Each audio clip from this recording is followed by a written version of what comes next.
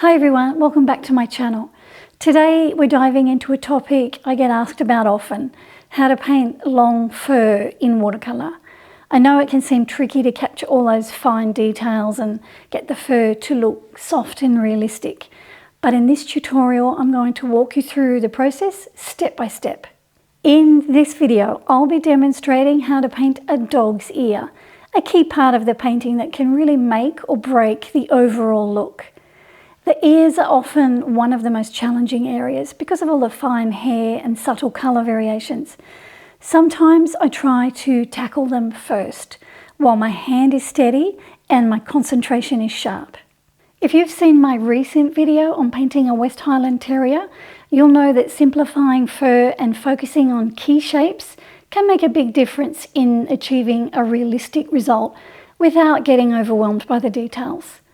We'll be applying some of those same principles here, starting with base colours and building up texture and depth as we go. Hopefully this tutorial will give you some confidence and skills to paint not only this dog's ear, but any long fur that you might come across in your watercolour paintings. And if you want to follow along with the full-length tutorial, head over to my website where you can find more information on all of my watercolour classes. This is the reference photo that I used for the painting. It was taken by Ryan Walton from Unsplash website. I started with the ears because I knew they'd be the most difficult part of the painting, and I wanted to get them done before I painted the rest of the dog. The first thing I did was paint some Prussian blue hair around the outer edges. I used a large round brush to paint these in quickly. On my little palette here, I've got some Schmincke's transparent ochre. Now, transparent ochre is a warm, earthy yellow-brown, slightly softer and more muted than raw sienna. And as the name suggests, it is transparent, which makes it excellent for layering and glazing without overpowering the underlying colours. I find it has a slightly gritty texture, and some of the particles can clump together, so it requires a bit of effort to dissolve it fully when you mix it with water. And then I used that transparent ochre to wash in both the head and the ears at the same time. In my line drawing, I've broken the ear down into key shapes. I notice darker areas on both the left and right sides of the ear with a lighter section running down the middle. It's easy to get overwhelmed by all the details in the hair and not know where to start. To simplify things, I like to blur my eyes and focus on the larger shapes first, rather than individual hairs. And that's what I'm doing here. I'm using my large round brush to paint Schmincke's transparent sienna mixed with a touch of French ultramarine onto the shape on the left side of the ear. And I'm working on wet paper here. As I apply the paint, I make sure to leave some of the lighter underwash of transparent ochre visible in a few spots. So there I've just wet the right darker section with some water, and I'll do the same thing on this section. I use the large round brush to avoid getting too caught up in the details, and I paint confidently using brush strokes that follow the direction of the hair. You'll notice that I'm still leaving some of the transparent ochre visible underneath. I'm not trying to replicate the reference photo exactly. I glance at it occasionally, but I'm not focused on copying every detail because it can be overwhelming. This curved over section of the ear where it meets the head, I painted on wet paper with some transparent sienna.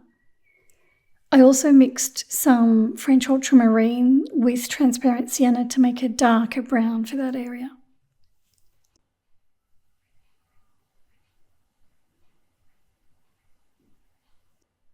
When that had dried, I re-wet the entire ear with water, and I started to paint in some hair in the lighter section of the ear.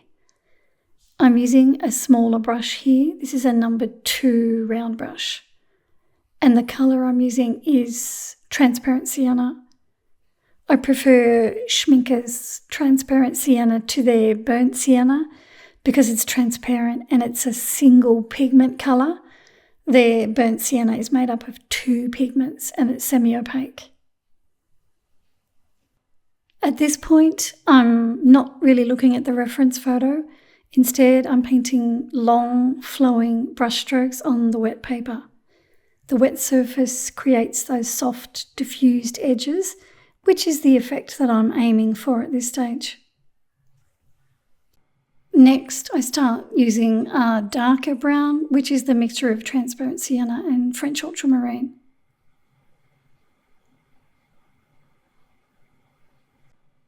Sometimes I like to make the pigment a bit thicker at this stage so that it doesn't spread too far over the paper.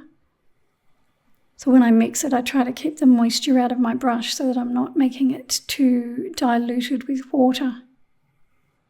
This section over here is also wet with water, and I'm using some of the transparent sienna here as well.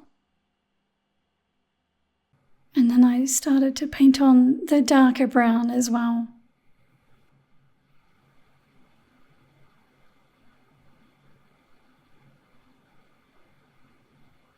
I also painted some wispy hair off the edge of the ear as well.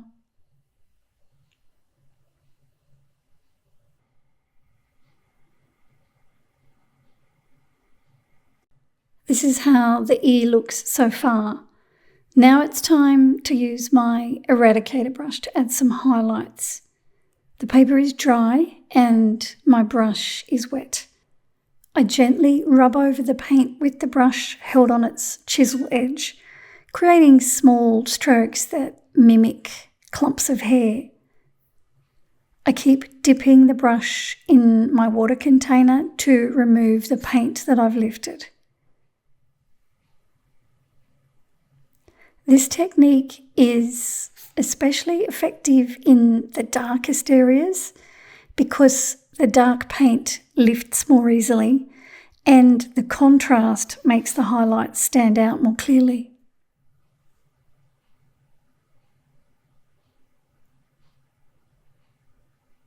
Once I had created all the highlights with the eradicator brush, I used my finest brush to paint on a few areas of detail here and there. Nothing too much, I didn't want to overdo it. I'm painting around those highlights that I created with the eradicator brush here.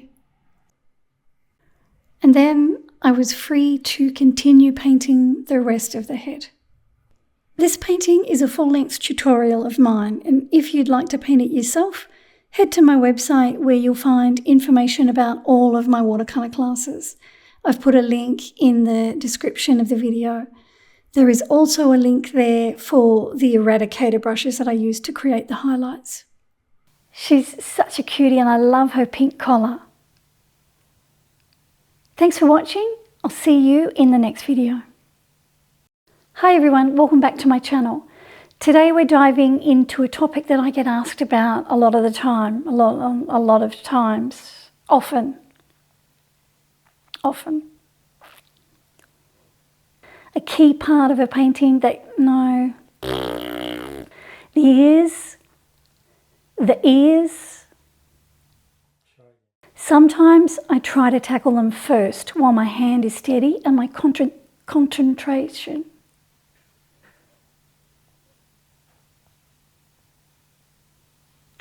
Don't look at me. We'll be applying some of those. It's the cable again, you stretched it, you pulled it from underneath. Oh.